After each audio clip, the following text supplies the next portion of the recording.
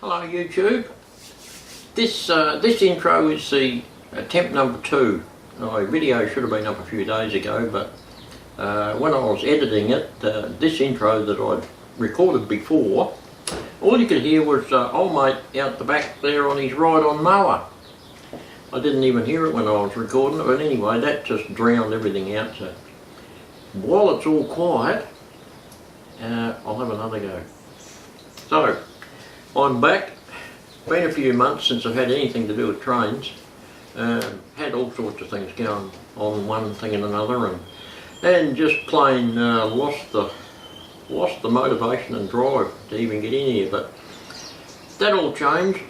Grandson was round a little while back now, a week and a half ago, and he said, "Can we go in the train shed?" And I said, "Yeah, why not?"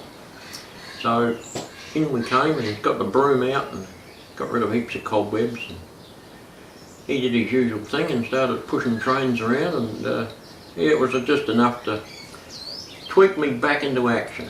So let's get on with it. So one little thing I've done train wise already is put another coupler on the back of that steam loco that the young bloke likes to push around the layout. It does still have a motor in it and works. I've just pulled one of the gears out so that it's freewheeling at the moment, but yeah, we'll make it back into a goer down the track a bit.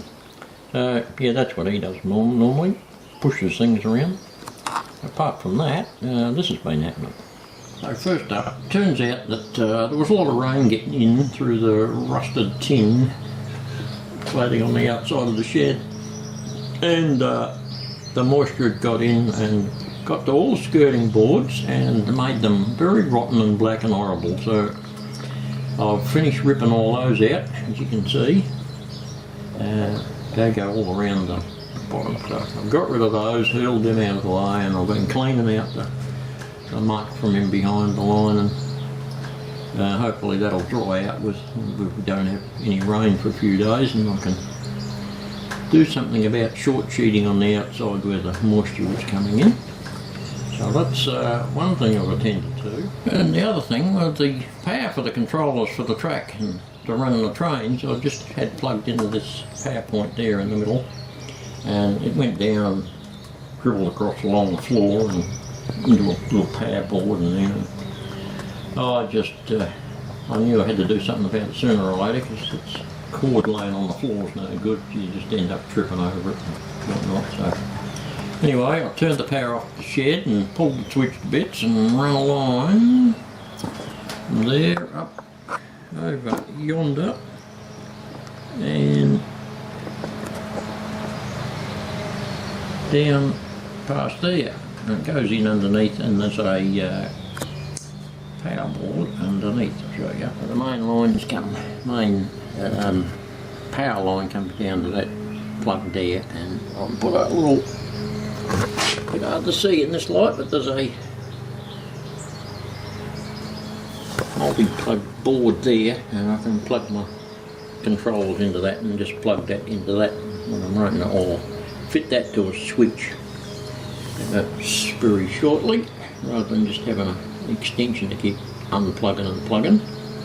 But that's at least solved the 240 wires across the floor problem. Back up at the top here, there's a board running across, and that will eventually house a few little ambient down lights, and I also want to use that as a basis for putting the new track and wiring switchboard, which is there at the moment with only numbers on it, which tests the memory every time when you're trying to switch track blocks. So I'm going to put the track schematic up there with the switches in it, similar to the one that I did for the little branch line, which is hidden on the other side of that building there. So we've got power there from above, it doesn't go on the floor, and I tested it out with said GP40 over there, and it moved, so everything is sweet. Ready to do a bit more and push on I didn't think I would ever lose the passion for doing this stuff, but circumstances come along you're not quite prepared for, and yeah, it happened. But anyway, we'll get stuck into this again and see how we go.